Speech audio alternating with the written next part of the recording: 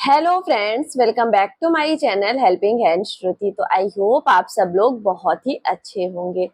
तो फ्रेंड्स, जैसा कि आप सभी लोगों का बीपीएससी का पेपर, अगर मैं प्राथमिक वालों की बात करूं तो वो कल और आज हो चुका है।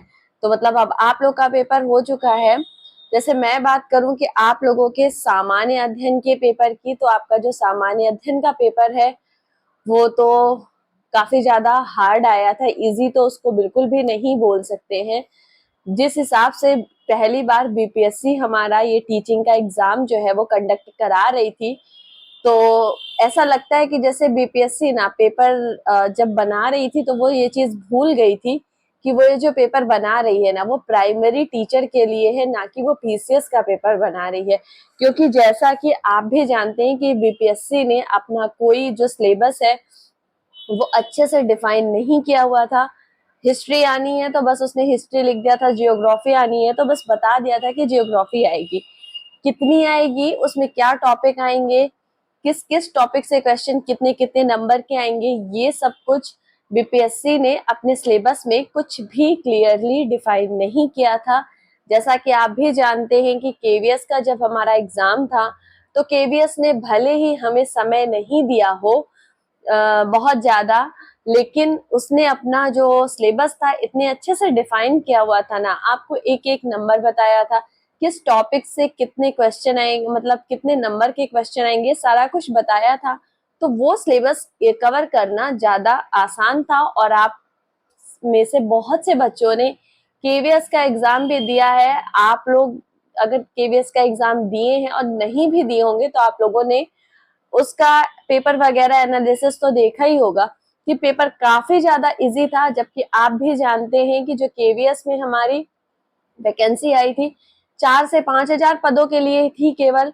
और बिहार में अगर मैं आपको बताऊं तो 80 हजार पदों पे प्राथमिक शिक्षक की भर्ती आई थी, जिसमें आप देख सकते हैं कि आपका पेपर इतना ज्यादा इन्होंने टफ बना दिया था। एक तो पेपर टफ बनाया, हिस्ट्री काफी ज्यादा टफ थी, बाकी और भी क्वेश्चन, मैथ्स भी कुछ इजी नहीं थी, कुछ कुछ क्वेश्चन काफी ज्यादा टफ थे। मतलब ऑल ओवर पूरा पेपर टफ ही था। और कुछ लोगों का ऐसा मानना है कि जो हमारी सेकंड शिफ्ट हुई थी, जो महिला अभ्यर्थियों की थी, वो थोड़ी सी इजी है। तो हाँ, बस थोड़ी इजी कह सकते हैं, बहुत ज्यादा इजी नहीं कह सकते, क्योंकि वो भी एक प्राथमिक अध्यापक के हिसाब से हार्ड ही थी। तो इन्होंने पेपर इतना ज्यादा टफ बनाया। और अच्छी खासी पोस्ट है, 80 हजार पोस्ट है, फिर इनको इतना ज्यादा टफ बनाने की पेपर जरूरत क्यों पड़ गई?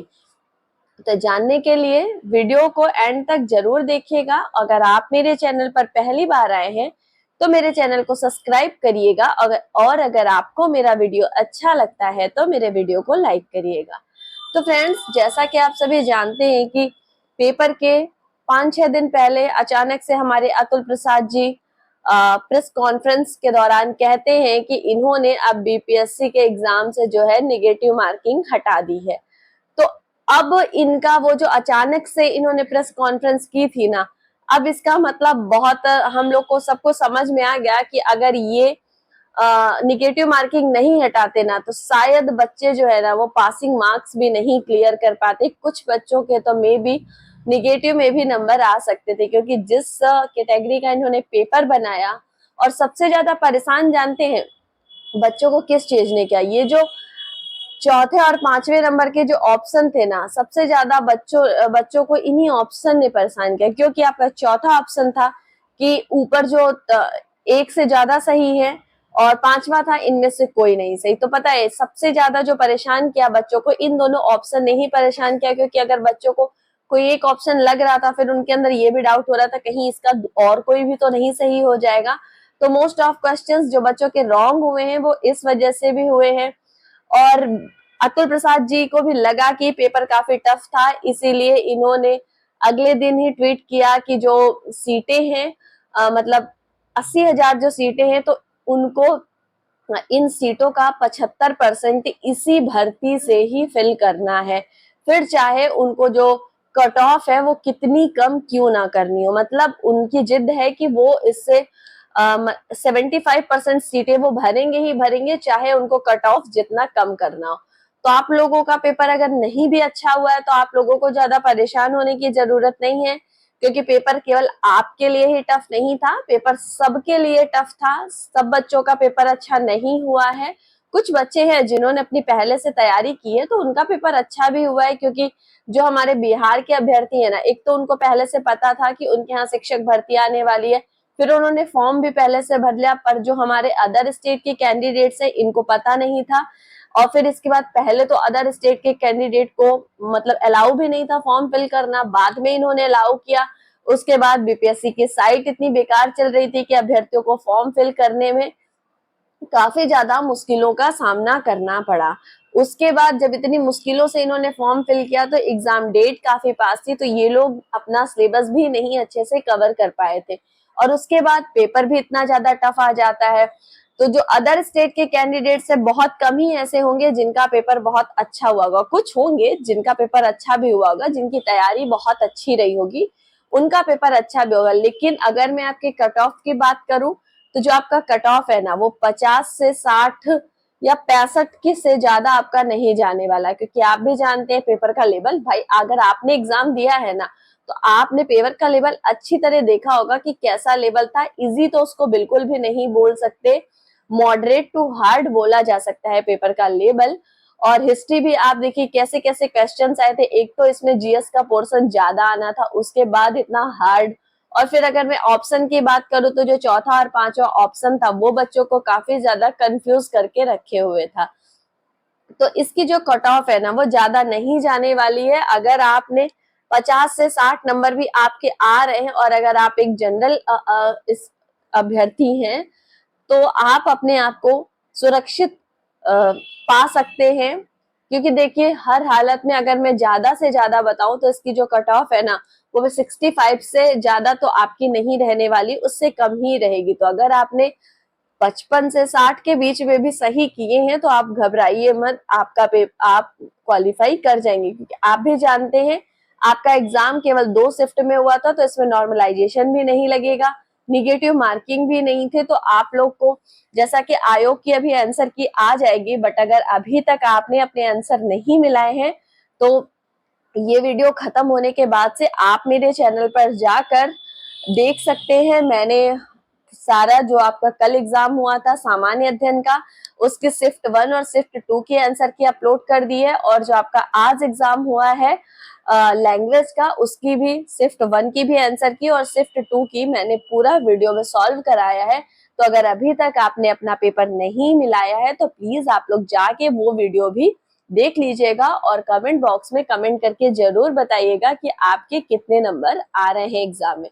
तो फ्रेंड्स अगर आप लोगों के 50 से 60 नंबर 65 नंबर तक है ना तो आप अपने आप को सेफ मानिए, क्योंकि इसकी कट ऑफ बहुत ज्यादा हाई नहीं जाने वाली, पेपर का लेवल आप भी देख चुके हैं। तो और अगर मैं बात करूं जो पेपर आज हुआ था लैंग्वेज का, तो फ्रेंड्स वो तो बहुत ज्यादा इजी था, कि मतलब जो बच्चे ने बिल्कुल लैंग्वेज पढ़ा भी नहीं है इस एग्जाम के लिए वो भी उसको सॉल्व कर सकता था, क्योंकि आपको बस उसमें पासिंग मार्क्स ही लेके आने थे, आपका निगेटिव मार्किंग भी नहीं था। तो आप नॉर्मली अगर आपने उसको कभी भी नहीं पढ़ा था ना, मतलब इस एग्जाम के लिए नहीं पढ़ा था, तो भी आप उसमें पासिंग मार्क्स से कहीं ज्यादा नंबर ला सकते थे। बोलो तो कल का पेपर इन्होंने जितना टफ रखा था उसका पेपर इन्होंने आज उतना ही दूसरा पेपर इजी रखा हुआ था। आप लोग ने पेपर दिया होगा तो आप लोगों को पता होगा कि पेपर काफी इजी था लैंग्वेज का। इंग्लिश जिस सब्जेक्ट से बच्चे सबसे ज्यादा डरते हैं वो भी इसकी काफी ज्यादा इजी आई थी, मीन्स अगर बच्चों ने नहीं पढ़ी तो वो भी वो सॉल्व कर सकता था। अब आपसे इंग्लिश का अगर मैं एक क्वेश्चन बताऊं तो उसमें पूछा था कि इनमें से आपको हॉस्पिटल में क्या नहीं मिलेगा, तो उसमें था टेलीस्कोप था, आपके ऑप्शंस में नर्स थी और ऑपरेशन थिएटर था। तो ऑब्वियस सी बात है कि टेलीस्कोप का क्या जरूरत होगा हॉस्पिटल में, तो आपका आंसर वही था। तो ऐसे ऐसे क्वेश्चंस आए थे, तो मतलब कोई भी इसको कर सकता था, काफी ज्यादा इजी था। हाँ बट कल का पेपर हार्ड था। तो फ्रेंड्स अभी आप लोग ऐसे ही आंसर की से मिला सकते हैं, फिर इसके बाद जब हमारा बीपीएससी आंसर की जारी करेगा तो आप उसके जरिए फिर अपना मिला सकते हैं। हाँ लेकिन कट ऑफ इससे ज्यादा नहीं जाएगी। और जैसा कि बीपीएससी ने कहा है कि वो रिजल्ट बहुत जल्दी डिक्लेयर करेगा, तो देखते हैं वो रिजल्ट कब तक निकालता है। लेकिन आज से जो हमारा प्राथमिक का पेपर था वो खत्म हो चुका है। अभ्यर्थियों को बहुत ज्यादा परेशानी का सामना करना पड़ा। बहुत अभ्यर्थियों को रात रात भर स्टेशन पे बितानी पड़ी क्योंकि वहां होटल नहीं मिल पाए उनको। होटल का रेंट ज्यादा था, सारे होटल भरे हुए थे। वहां की गवर्नमेंट ने कोई व्यवस्था नहीं की कि अदर स्टेट के जो अभ्यर्थी जाएंगे उनका क्या होगा। बहुत से अभ्यर्थियों को सड़क पे रुकना पड़ा।